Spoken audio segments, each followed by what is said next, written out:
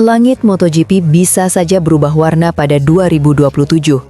Bukan hanya karena regulasi teknis baru, tetapi karena potensi lahirnya poros kekuatan baru yang berpusat pada satu nama, Marc Marquez. Livio Suppo angkat bicara soal ambisi besar Red Bull dan masa depan Ducati. Pernyataannya bukan sekedar opini, melainkan sinyal bahwa lanskap politik dan komersial MotoGP sedang bergerak menuju babak baru yang jauh lebih kompleks.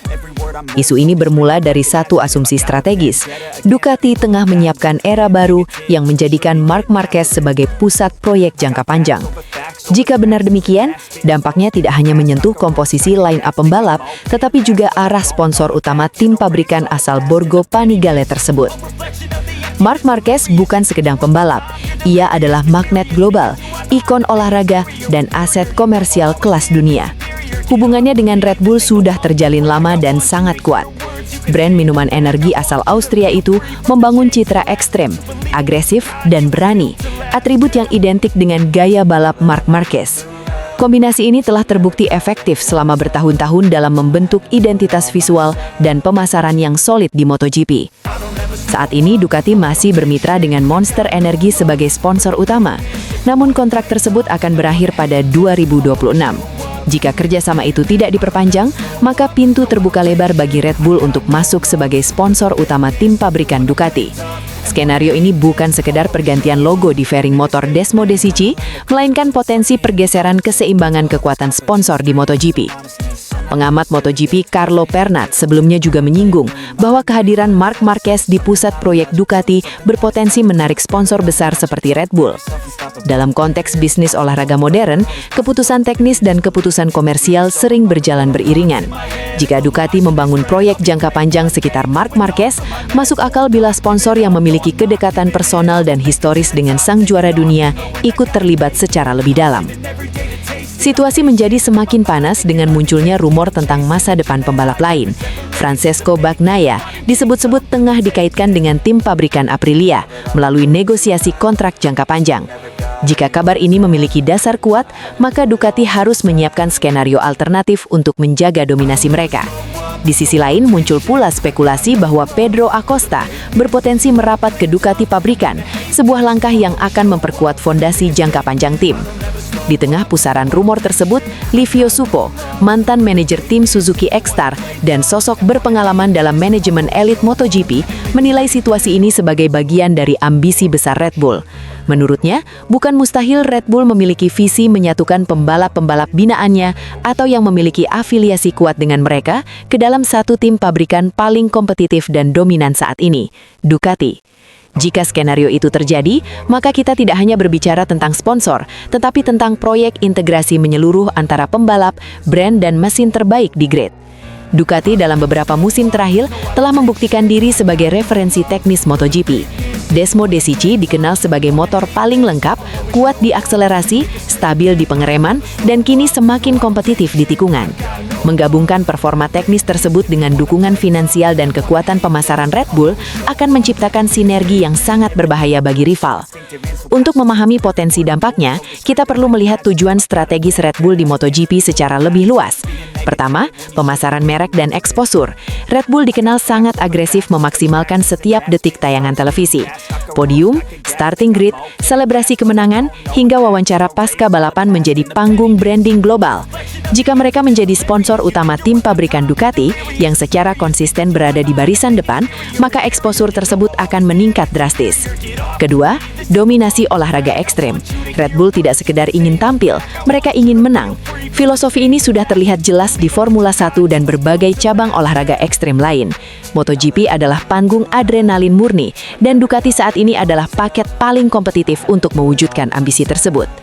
Ketiga, kemitraan teknis. Selama ini Red Bull memiliki hubungan erat dengan KTM melalui Red Bull KTM Factory Racing. Namun dalam konteks kompetitivitas absolut, Ducati saat ini berada selangkah di depan. Jika Red Bull memutuskan mengalihkan fokus atau memperluas investasi mereka, maka pendekatan strategis terhadap Ducati bisa menjadi langkah realistis untuk menjamin hasil jangka pendek dan menengah. Keempat, pembinaan talenta muda. Melalui Red Bull MotoGP Rookies Cup sejak 2007, Red Bull telah membangun jalur karir sistematis bagi pembalap muda menuju MotoGP. Jika mereka memiliki pengaruh lebih besar di tim pabrikan Ducati, maka jalur tersebut akan semakin solid, dari level junior hingga kursi di tim paling dominan di kelas utama. Kelima, keterlibatan penggemar. Red Bull unggul dalam produksi konten digital, dokumenter eksklusif, dan pengalaman interaktif. Menggabungkan itu dengan figur seperti Marc Marquez akan menghasilkan daya tarik global yang masif. Lalu di mana posisi Ducati? Ducati adalah pabrikan yang sangat rasional dan berbasis performa. Mereka tidak akan mengorbankan stabilitas hanya demi perubahan sponsor. Namun jika proyek jangka panjang memang dibangun di sekitar Marc Marquez, maka masuknya Red Bull akan menjadi kelanjutan alami dari narasi tersebut. Secara finansial, secara komersial, dan secara citra global, langkah itu memiliki logika kuat. Namun tentu saja, ada variabel yang belum pasti. Kontrak Monster Energy masih berjalan hingga 2026. Masa depan Bagnaia belum diputuskan secara resmi. Pedro Acosta masih terikat dengan struktur KTM, dan MotoGP sendiri akan memasuki era regulasi baru yang bisa mengubah peta kekuatan teknis. Yang jelas, jika benar Ducati sedang menyiapkan era baru Marc Marquez, maka kita sedang menyaksikan fase transisi yang berpotensi mengubah wajah MotoGP. Bukan hanya di lintasan, tetapi juga di ruang rapat, ruang negosiasi sponsor, dan strategi global brand besar. Livio Suppo mungkin tidak menyebut semuanya secara eksplisit, tetapi sinyal yang ia tangkap jelas, Red Bull memiliki ambisi besar, menggabungkan pembalap berprofil tinggi, mesin paling kompetitif, dan strategi pemasaran agresif adalah resep untuk menciptakan dinasti baru. Pertanyaannya kini bukan lagi apakah perubahan akan terjadi, tetapi kapan dan seberapa besar dampaknya. Jika 2027 benar-benar menjadi awal era baru Ducati, Marc Marquez, dan Red Bull, maka MotoGP akan memasuki babak yang bukan hanya tentang siapa tercepat di tikungan terakhir, tetapi siapa yang paling cerdas membangun ekosistem kemenangan secara menyeluruh. Dan dalam permainan tingkat tinggi seperti ini, setiap keputusan hari ini bisa menentukan dominasi bertahun-tahun ke depan. Buriram belum menggelar balapan. Lampu start bahkan belum menyala. Tetapi satu pesan sudah menggema keras dari pedok Thailand. Peta kekuatan MotoGP 2026 tidak lagi sesederhana Ducati di depan dan yang lain mengejar. Di hari terakhir tes pramusim jelang seri pembuka MotoGP Thailand, Aprilia Racing tampil dominan dan mengirim sinyal serius kepada seluruh rival, terutama Ducati Lenovo Team. Pabrikan asal Noale itu menutup sesi dengan posisi 1-2 melalui Marco Bezzecchi dan rookie sensasional Ayao Ogura. Di pit wall, sosok yang paling terlihat puas tentu saja adalah CEO mereka, Massimo Rivola. Setelah beberapa musim membangun fondasi teknis dan struktur tim, hasil di Buriram terasa seperti validasi nyata atas proyek jangka panjang Aprilia. Keberhasilan Aprilia tidak hanya soal mencatat waktu tercepat, ini tentang bagaimana mereka melakukannya. Bezzecchi mencatat 1 menit 28,765 detik di 15 menit terakhir sesi. Catatan itu bukan sekedar waktu terbaik hari itu, melainkan rekor lap baru untuk konfigurasi MotoGP di Buriram. Artinya, ia memecahkan standar performa yang sebelumnya dianggap sebagai patokan kompetitif di sirkuit dengan karakter stop and go tersebut. Secara teknis, Buriram menuntut stabilitas pengereman ekstrim, terutama di tikungan 3 dan 12, serta akselerasi bersih keluar tikungan lambat menuju trek lurus panjang. Aprilia terlihat unggul dalam dua aspek krusial itu, motor stabil saat hard braking dan tetap teraktif saat membuka gas penuh. Yang membuat lap Bezzecchi semakin bernilai adalah timingnya. Ia melakukannya ketika suhu lintasan berubah menjelang sore, ketika grip mulai tidak konsisten, dan saat sebagian besar tim sudah beralih ke simulasi balapan. Itu menunjukkan bahwa Aprilia tidak hanya mengincar ritme panjang, tetapi juga memiliki kecepatan murni satu lap. Namun, dominasi Aprilia tidak berhenti pada satu pembalap. Ayao Ogura melompat ke posisi kedua di penghujung sesi, hanya terpaut 0,097 detik dari Bezzecchi. Bagi pembalap yang baru naik ke kelas utama, selisih sekecil itu terhadap rekor lap bukan sekedar kejutan, itu pernyataan. Biasanya rookie memerlukan waktu untuk memahami kompleksitas MotoGP, manajemen ban Michelin yang sensitif, sistem elektronik yang rumit, perangkat ride height, hingga adaptasi terhadap power delivery yang jauh lebih agresif dibanding kelas sebelumnya. Namun Ogura menunjukkan pendekatan yang tenang dan metodis. Ia tidak memaksakan diri sejak awal sesi. Ia membangun ritme, memahami limit motor, lalu menyerang di waktu yang tepat. Pendekatan seperti ini menunjukkan kematangan taktik, bukan hanya keberanian. Dengan Bezzecchi dan Ogura di posisi 1-2, serta satu motor Aprilia lain di 8 besar, ini mengindikasikan bahwa performa mereka bukan anomali satu pembalap. Paket RS GP 2026 bekerja secara menyeluruh. Di sisi lain pedok, cerita berbeda berkembang. Marc Marquez sebenarnya memimpin hampir sepanjang hari. Ia mencetak 1 menit 28,836 detik pada jam pertama sesi. Lap yang tak tersentuh selama berjam-jam ketika mayoritas tim fokus pada simulasi balapan dan evaluasi setup jangka panjang. Itu menunjukkan bahwa Ducati tetap memiliki kecepatan mentah yang sangat kompetitif. Marc Marquez terlihat nyaman dalam perubahan arah cepat dan agresif di fase pengereman awal. Namun balapan tidak dimenangkan dalam satu lap saja. Menjelang akhir sesi, saat menjalani long run, Marc Marquez terjatuh di tikungan 3. Ia menghentikan simulasi setelah 7 lap. Sang juara dunia bertahan mengakui bahwa insiden tersebut murni akibat kehilangan fokus sesaat. Dalam konteks profesional, pengakuan seperti itu menunjukkan transparansi sekaligus kesadaran bahwa detail kecil harus dibenahi sebelum balapan sesungguhnya. Namun fakta bahwa ia mengalami 3 kali kecelakaan sepanjang rangkaian tes tetap menjadi catatan penting. Tidak lama setelah insiden tersebut, Alex Marquez juga terjatuh di tikungan 9, memicu bendera merah sementara. Situasi itu memperlihatkan bahwa limit performa sedang benar-benar ditekan oleh para pembalap Ducati. Pertanyaannya kini, apakah itu bagian dari eksplorasi batas maksimal, ataukah ada area teknis yang masih belum sepenuhnya stabil? Di tengah dinamika tersebut, Pecco Bagnaia menutup hari di posisi keempat. Performa Pecco terlihat jauh lebih solid dibanding fase tes musim lalu. Ia mungkin tidak mencetak waktu sensasional, tetapi ritmenya konsisten dan minim kesalahan. Dalam perburuan juara dunia, stabilitas seperti ini seringkali menjadi fondasi utama. Ducati mungkin kalah cepat dari Aprilia pada satu hari tertentu, tetapi kedalaman skuad mereka tetap menjadi ancaman besar. Menariknya, Jorge Martin membawa satu lagi Aprilia ke 8 besar. Artinya, 3 motor Aprilia berada di kelompok depan. Ini bukan sekedar performa individual, ini sistem yang bekerja. Tes pramusim memang bukan ajang perebutan poin, namun secara psikologis, hasil seperti ini sangat berpengaruh. Aprilia datang dengan momentum dan kepercayaan tinggi. Ducati tetap kuat, tetapi kini menghadapi tekanan nyata. KTM dan tim satelit menunjukkan jarak antar pabrikan semakin tipis. Grand Prix Thailand pekan depan tidak lagi sekedar seri pembuka. Ia menjadi ajang pembuktian apakah dominasi Aprilia di tes merupakan refleksi kekuatan sesungguhnya atau sekedar puncak performa sesaat. Satu hal pasti, musim 2026 belum dimulai, tetapi persaingan sudah memanas. Dan di Buriram, Aprilia telah memastikan bahwa mereka bukan lagi sekedar penantang. Mereka adalah kandidat serius perebut tahta. Musim baru belum dimulai, tetapi aroma perang besar sudah terasa di pedok MotoGP. Di saat banyak pihak sibuk membicarakan dominasi yang kian mengulat, satu nama justru muncul dengan nada menantang. Bukan sekedar ingin kembali, tetapi ingin mengguncang hierarki.